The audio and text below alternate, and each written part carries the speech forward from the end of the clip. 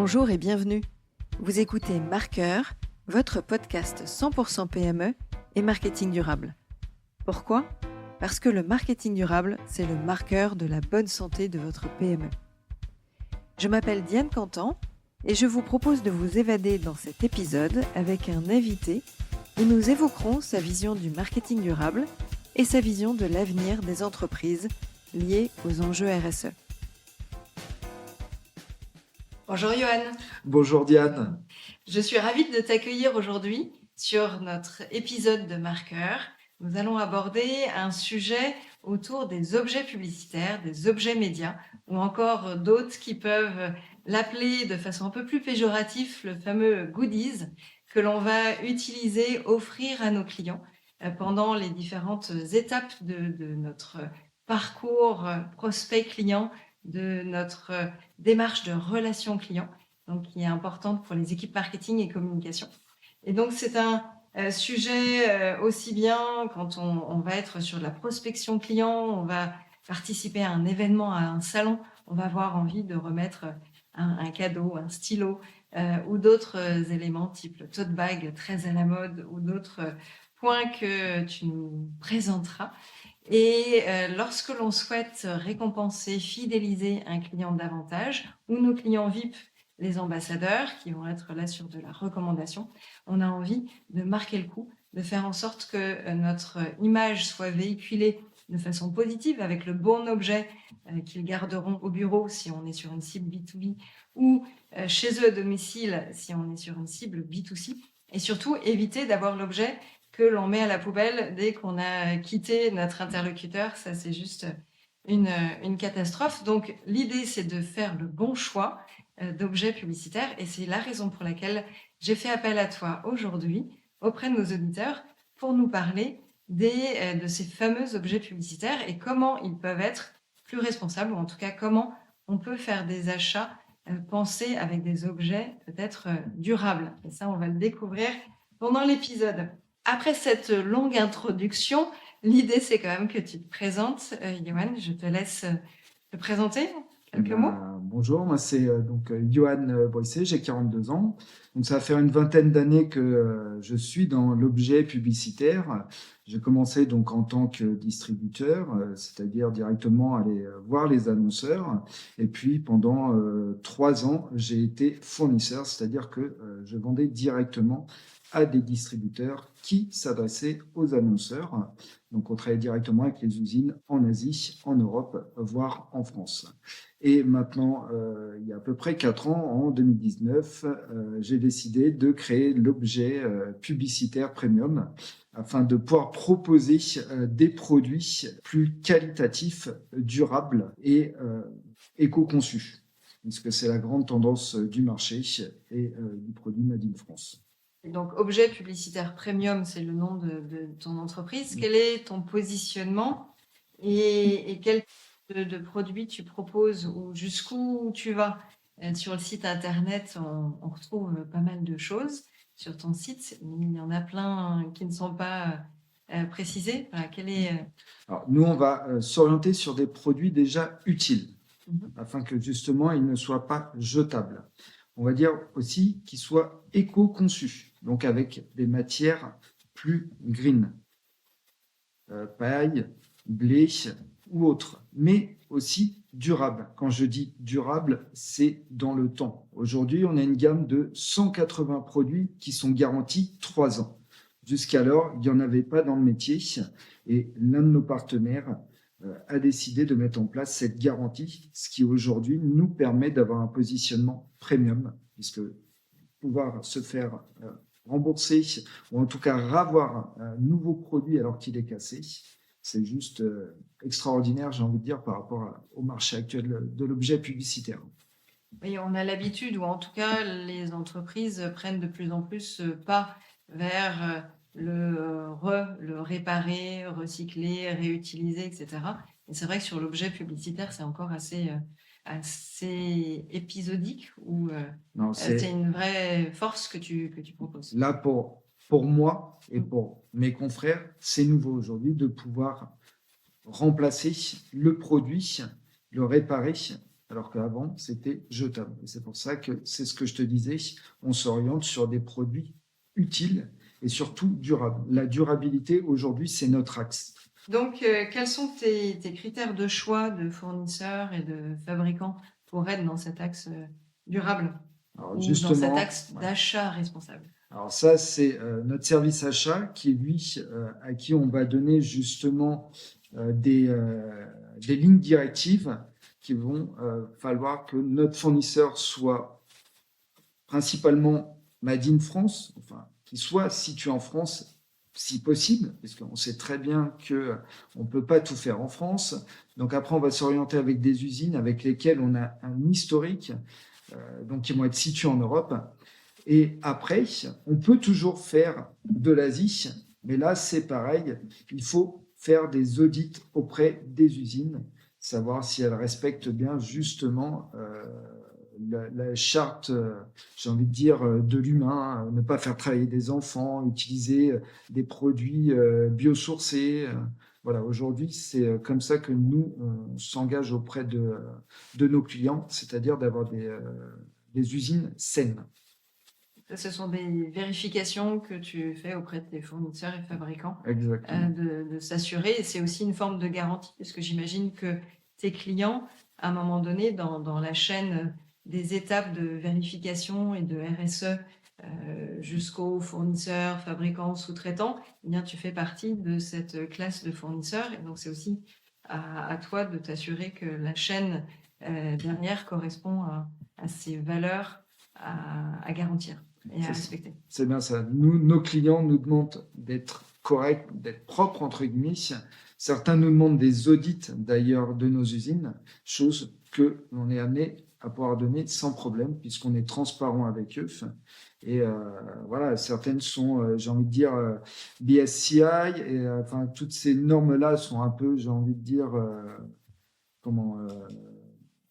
compliquées à comprendre pour tout le monde, mais tout simplement pour dire, c'est que c'est des usines auditées par Coca-Cola, L'Oréal ou autres qui sont des grandes industries. Donc, si ces usines-là sont auditées par ces gens-là, on peut les proposer à nos clients finaux. Alors, quel type de clients tu as généralement? Alors, aujourd'hui, on va avoir des groupes du CAC 40. On va avoir aussi, j'ai envie de dire, tout ce qui est des administrations publiques, des administrations hospitalières, banques, assurances, BTP. J'ai envie de dire, on va travailler avec l'ensemble des clients qui cherchent aujourd'hui des beaux produits, mais aussi des produits, une fois de plus, Made in France, Made in Europe et durables. Alors, est-ce que le Made in France est toujours responsable? À partir du moment où on est bien sur des produits créés en France, j'ai envie de dire tout ce qui va être les produits, enfin la matière première en France, transformée en France par des Français. Voilà, là on est, j'ai envie de dire. Ça fait beaucoup d'étapes à respecter. Ouais, mais du coup, c'est pour ça qu'on ne va pas avoir 15 000 produits Made in France. On va trouver, j'ai envie de dire, des raclettes à vitre. Pour l'hiver, ça peut être le tote bag Made in France, pas mal de produits textiles en fait autour du Made in France, des produits en injection plastique Made in France. Voilà, après, produits injection, bah justement, c'est ce que je te disais, ça peut être la raclette, ça peut être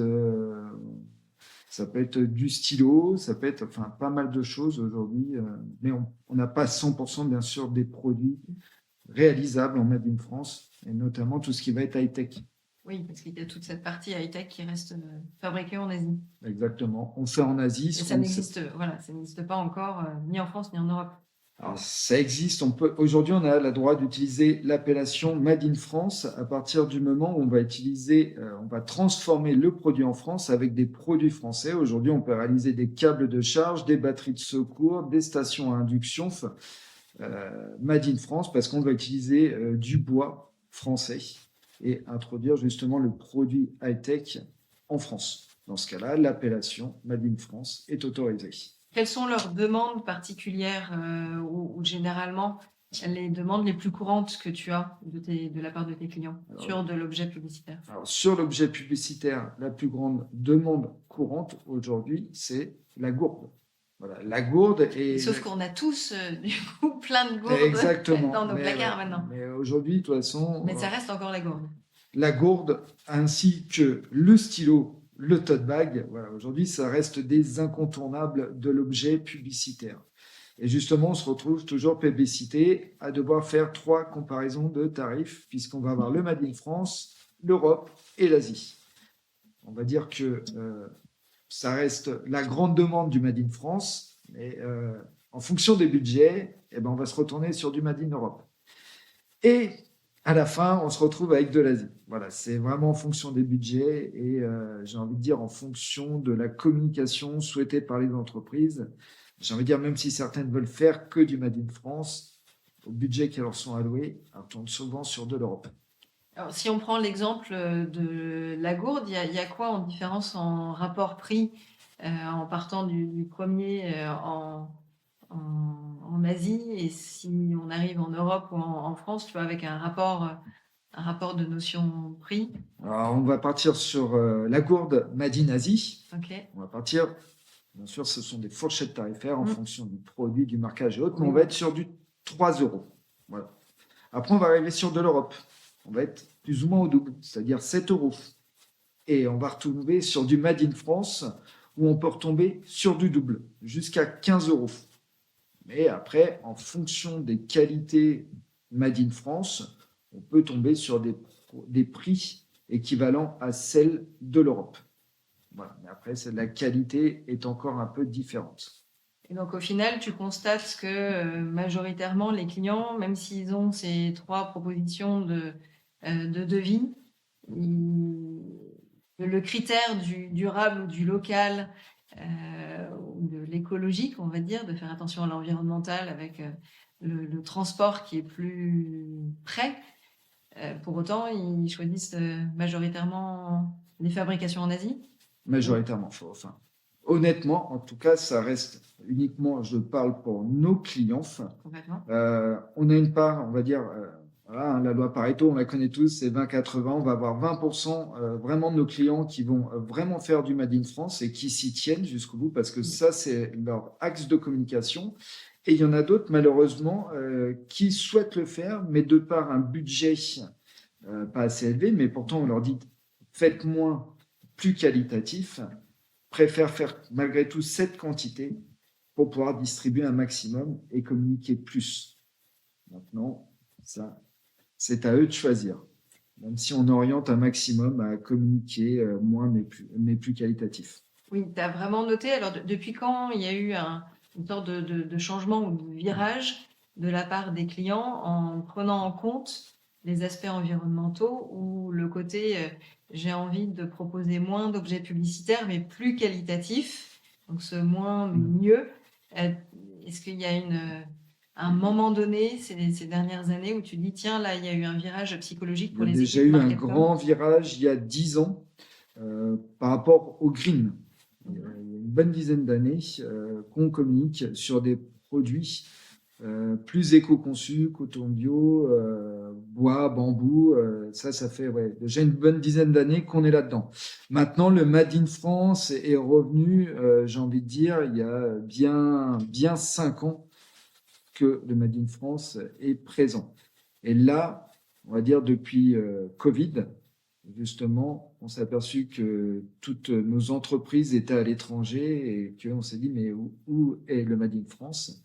Et là, justement, ça revient vraiment, toutes les demandes qu'on reçoit aujourd'hui, il faut obligatoirement que ça soit éthique, RSE. Donc, si c'est RSE, il faut obligatoirement que ça soit France ou Europe. En tout cas, plus proche. Exactement, oui, par rapport ne serait-ce qu'aux demandes qui sont par rapport au carbone, justement, utiliser moins l'avion, bateau. Il faut faire proche des entreprises. Il y a aussi une notion de réglementation des clients aujourd'hui pour lesquels les entreprises sont confrontées. Est-ce que tu peux nous faire un rapide rappel de la réglementation? Alors, sur ce point, il y a une limite mise en place par l'administration fiscale. Par an, et par bénéficiaire. C'est un montant maximal qui est revalorisé tous les 5 ans. Et là, il est fixé à 73 € TTC depuis le 1er janvier 2021. Ça laisse encore de la marge dans l'année pour faire des beaux cadeaux auprès des clients. En tout cas, de jongler entre un objet publicitaire plus standard qui a un prix moindre et puis un objet pour notre client VIP. Qu'est-ce que tu conseilles à tes clients qui ont un budget sympa pour pour récompenser leurs meilleurs clients? Aujourd'hui, si on part sur cette base tarifaire haute, on va revenir sur la gamme justement que je préconise avec la garantie 3 ans parce que les finitions de produits sont juste impeccables et c'est des produits qui, malgré tout, sont bien sûr réalisés en Asie, mais ils sont éco-conçus. C'est fait à base de bouteilles recyclées. Voilà, c'est des produits qui vont être connectés puisque on a beau tous vouloir être green, on a tous un téléphone au minimum, voire deux, parce qu'il y a le pro, il y a le perso. Vous êtes tous avec, enfin, nous sommes tous avec des PC, tous devant la télé. Donc, on reste quand même sur des produits connectés. Un sac à dos n'est pas connecté, mais vous pouvez mettre une batterie de secours à l'intérieur, justement avec les connectiques à l'extérieur. On va avoir aussi les batteries de secours qui sont aujourd'hui très utilisées de par justement notre utilisation constante du téléphone. On va avoir tous les produits à induction, justement des lampes, des produits qui vont rester sur le bureau à induction, intégrant un logo. On va avoir notamment aussi tout ce qui est produit un peu plus design, des lampes en lévitation avec le logo aussi. Voilà, on peut proposer des beaux produits aujourd'hui aux annonceurs et pour leurs clients finaux. Sinon, après, on travaille en collaboration avec des marques qui peuvent être du Montblanc, du Balmain, voilà, Des partenariats. Exactement. Et alors, tu as parlé de logo. Forcément, on est sur l'objet publicitaire, c'est le but de véhiculer l'image de marque. Donc, le logo doit être inscrit quelque part sur cet objet média. Est-ce qu'il y a une attention particulière par rapport aux techniques de marquage ou à la personnalisation en grand nombre? Alors déjà, le logo, c'est sûr que c'est là où tu vas véhiculer ton image de marque. Donc, on va avoir les différentes techniques qu'on connaît ou pas, la tempographie, la sérigraphie, la broderie ou le laser. Voilà. Après, ce qui est important, c'est toujours pareil. On en revient un peu à ce qu'on en parlait par rapport au partenariat et des usines auditées, parce que pour tout ce qui va être l'encre utilisée, ça c'est important aussi dans notre démarche de savoir les encres qui vont être utilisées par nos partenaires. C'est sûr que si vous utilisez une gravure laser, là, il n'y a pas de souci. C'est un produit qui ne bougera pas. Mais aujourd'hui, avec les encres, c'est là où il faut vraiment s'y intéresser. Puis après, on va avoir la broderie, où là, c'est pareil, on n'aura pas de souci sur, j'ai envie de dire, le côté bio et puis éthique de la marque, mais aussi de nous en tant que fournisseurs. Tu vas jusqu'au bout de l'ensemble des étapes pour ça. s'assurer que le produit a un esprit éco-conçu ou éco-responsable jusqu'au marquage même de l'ensemble de ces produits-là. Alors, quand tu as créé ton entreprise en 2019, du coup, tu as fait le choix de te dire, je ne mettrai pas dans mon catalogue ou sur mon site internet une catégorie de produits qui ne vont pas rentrer dans ta démarche de produits responsables, produits durables? Alors, honnêtement, non, malheureusement, mais c'est afin de pouvoir répondre à l'ensemble des demandes de clients qui, aujourd'hui, va quand même nous demander des produits avec du prix. Voilà. Aujourd'hui, on leur propose malgré tout des produits, je dis en entrée de gamme, parce que justement, on ne veut plus de produits cheap. Donc oui, il y a certaines usines et certains fournisseurs qu'on ne souhaite pas intégrer parce que ça ne nous valorise pas et ça va justement dévaloriser notre entreprise, mais dévaloriser aussi les clients. Mais après, on sait bien, malgré tout, on n'est pas encore à du 100% Made in France, que du 100% green. J'ai certains confrères qui ont voilà, cette ligne de se dire qu'ils ne feront plus d'objets publicitaires made in Asie, et c'est tout à leur honneur, mais pour l'instant, on préfère continuer et pouvoir répondre à l'ensemble des demandes du marché. Donc après, c'est aussi une forme d'éducation de tes clients quand il y a une demande, de les orienter vers un produit plus éco-responsable. Et après, tu continues à répondre à leurs demandes si jamais ils veulent rester dans leur idée première. C'est ça. Nous, dès le départ, on leur préconise de réaliser des produits plus écologiques de par justement la matière ou la provenance. À partir du moment où on a fait notre devoir d'orienter sur tel ou tel produit, le client est roi. Donc s'il ne souhaite pas de par la matière ou de par le budget, on va l'écouter. Oui, et puis c'est aussi en lien avec le triptyque coût, qualité, délai. En fait, tu t'adaptes aussi Exactement. au budget de tes clients par rapport à leur qualité souhaitée et au délai. Sous ce qu'on évoquait, et c'est souvent le cas des équipes marketing et communication, soit il y a une notion d'anticipation, soit il faut l'objet publicitaire pour la semaine prochaine, quoi. L'anticipation, ça c'est exactement ce mot-là, ce qui est très rare. De toute façon, tous les clients la demandent, c'est pour hier. Et ce qui est généralement impossible. Donc, on se retrouve avec la pression pour eux comme pour nous. Donc, si je pouvais conseiller tous les gens dans le domaine de communication, marketing, anticipez vos demandes un mois avant pour être tranquille. À minima, un mois avant. Un mois, parce qu'il va falloir faire d'abord une sélection de produits. Une fois cette sélection passée, il va falloir établir une maquette. Et souvent, le temps que ça soit signé par le N+1, N+2, N+2, donc on perd du temps. Donc un mois, c'est le minimum pour être tranquille. Donc là, tu peux garantir des produits plutôt locaux ou France et Europe. Je mets l'histoire du budget à part. Ouais. Par rapport à la notion de délai. On peut avoir des produits plus rapidement avec des fabrications et des fournisseurs. Pas plus rapidement. Pas plus rapidement, parce que là, c'est pareil.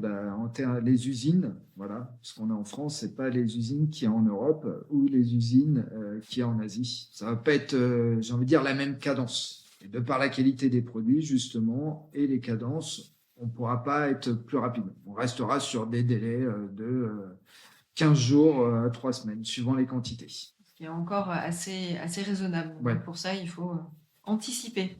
C'est ça ce que l'on C'est bien retient. ça, ouais. L'anticipation et peut-être aussi la précision au niveau de la demande pour avoir un devis qui soit le plus en adéquation avec la réelle demande du client. C'est exactement ça. À quoi tu es confronté aujourd'hui? Alors, on est confronté à un brief balancé, j'ai envie de dire. Fais-moi un devis sur un t-shirt donc on n'a pas de notion de quantité, on n'a pas de notion de grammage, on ne connaît pas la cible. En fait, on a peu d'informations. Alors bien sûr, c'est notre travail d'aller chercher les informations, mais avec plus de précision, on arrive mieux à cibler le produit qui correspondra aux attentes du client.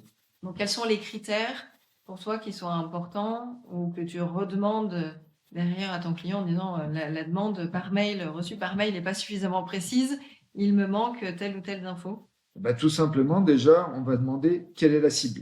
Après, j'ai envie de dire, si on prend un produit quelconque, le t-shirt, on a besoin d'avoir plus ou moins une idée de grammage pour pouvoir s'orienter. Est-ce que c'est un t-shirt pas cher du coup? Est-ce que c'est un t-shirt qui se tient ou est-ce qu'on est sur un produit vraiment avec une bonne tenue, j'ai envie de dire made in France?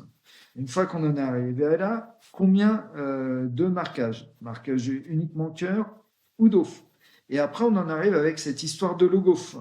Parce que souvent, on nous dit c'est un logo quadrille. Quadrille, et tout le monde aime bien ce mot-là. Et la quadrille, voilà, c'est pas uniquement 3 couleurs ou 4 couleurs. C'est une image. Concrètement, c'est une photo.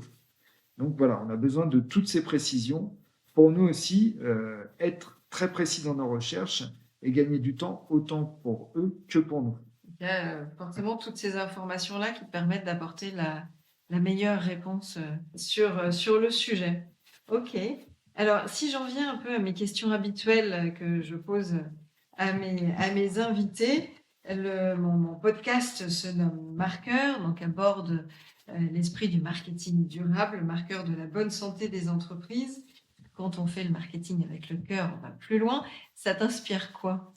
Bah, voilà, véhiculer une image green, positive de la marque, un engagement écologique manifesté par j'ai envie de dire, une société et souvent très bien perçue par sa clientèle cible. Voilà comment moi je perçois cette com aujourd'hui.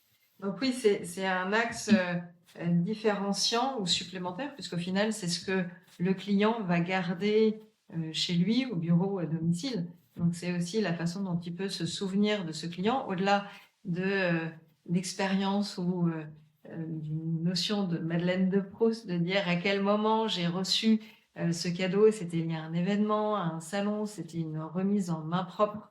Il peut y avoir plein d'étapes spécifiques dans la personnalisation de cette relation client, que ce soit B2B ou B2C, mais c'est réellement le produit qui va rester, qui va être peut-être utilisé tous les jours, ou leur être mis dans un coin au fond d'un tiroir ou d'un placard, ce qui n'est pas l'idée de l'objet publicitaire forcément. Est-ce qu'il y a des objets publicitaires pour lesquels tu as été ravi de faire une recherche de devis auprès de prestataires, fournisseurs, quelque chose qui était un peu atypique et que tu aurais envie de partager auprès de nos auditeurs? J'ai envie de dire, l'objet publicitaire, aujourd'hui, on fait tous plus ou moins la même chose. Voilà, après, en fonction des fournisseurs et de nos recherches. Ce que nous, on aime franchement réaliser, c'est un produit sur mesure. Et alors un produit qui prend énormément de temps, mais qui est super beau à réaliser, c'est la boule à neige. Et ça, la boule à neige, on en a réalisé pour certains de nos clients. Et c'est vrai que c'est un produit qui va rester dans ton salon et sur lequel tu vas pouvoir l'utiliser, entre guillemets, le jouer, le retourner. Et je trouve que ouais, ça a été notre plus belle réalisation à ce jour. Ok, en personnalisation sympa ou atypique. Atypique, mais c'est surtout de la personnalisation 100% parce que c'est l'intégration d'un décor à l'intérieur de la boule. C'est vraiment 100% sur mesure à l'intérieur. Okay. Donc le sur-mesure, tu sais aussi faire. Exactement. Est-ce que tu aurais un éco-geste à nous partager? Un éco-geste que tu fais toi, que tu conseilles peut-être à tes enfants ou aux futures générations? J'ai envie de dire, normalement, c'est un peu intégré les bouteilles en plastique. Chez nous, il n'y a pas de bouteilles en plastique. Hein. L'eau, c'est directement au robinet dans des bouteilles en verre. Après, acheter en vrac aussi. Aller chez le marchand avec des boîtes alimentaires, justement, pour éviter qu'ils nous donnent des sachets, même si c'est des sachets plastiques biodégradables. Enfin, voilà, moins on utilise, mieux c'est. Donc, ça, c'est les petits gestes qu'on utilise, nous, au quotidien. Ouais, ça commence à en surprendre de moins en moins les commerçants, ou en tout cas les commerçants de proximité. Ils sont de plus en plus habitués à nous voir revenir avec notre sac réutilisable, évidemment, mais aussi avec ces fameuses boîtes alimentaires en verre pour récupérer les éléments chez le boucher ou autre. Ça, c'est un point clé. Est-ce que tu aurais un futur invité auquel tu penses pour un prochain épisode? Alors, oui, Capsme. Donc, deux jeunes créateurs français qui ont eu marre de cette avalanche de capsules que l'on utilise tous les jours en aluminium. Je ne tiens pas à dire de bêtises, je ne sais plus c'est combien de tonnes de capsules, donc qui ont inventé une capsule à usage réutilisable à l'infini. C'est exactement. Et ça, je trouve que justement, c'est une très bonne idée en termes de green. Et en plus, c'est du Made in France. Alors, ce que l'on peut garder en conseil par rapport aux équipes marketing et communication, si elles veulent faire le bon choix de produits, d'objets publicitaires demain ou pour les mois à venir, donc d'une part de l'anticipation, essayer d'anticiper au maximum l'événement à venir, le moment clé de la fidélisation ou de la relation client qui devra être récompensé ou remercié par un objet média. Donc cette notion d'anticipation, cette notion de précision aussi, tu l'as dit, et puis d'aller peut-être jusqu'au bout des convictions, C'est-à-dire, je fais mon devis en demandant un prestat ou un fournisseur français, le Made in France, mais au final, d'aller jusqu'au bout des convictions en disant je reste, même s'il est X fois plus cher. Je suis prêt à décider de faire moins d'objets, mais d'aller chercher cette notion d'éco-conception, de green, d'éthique, de fabrication plus locale. Ce serait un peu ça la conclusion? Exactement. Est-ce que tu aimerais rajouter d'autres choses? Venez travailler avec Objet Publicitaire Premium. De la pub en plus. Ok, merci beaucoup Johan. C'est moi qui te remercie, Diane. À bientôt. Un plaisir. Merci d'avoir écouté ce podcast Marqueur. J'espère que les propos de mon invité vous ont inspiré. Si vous avez apprécié ces échanges, n'hésitez pas à vous abonner à Marqueur et à liker l'épisode. À très vite.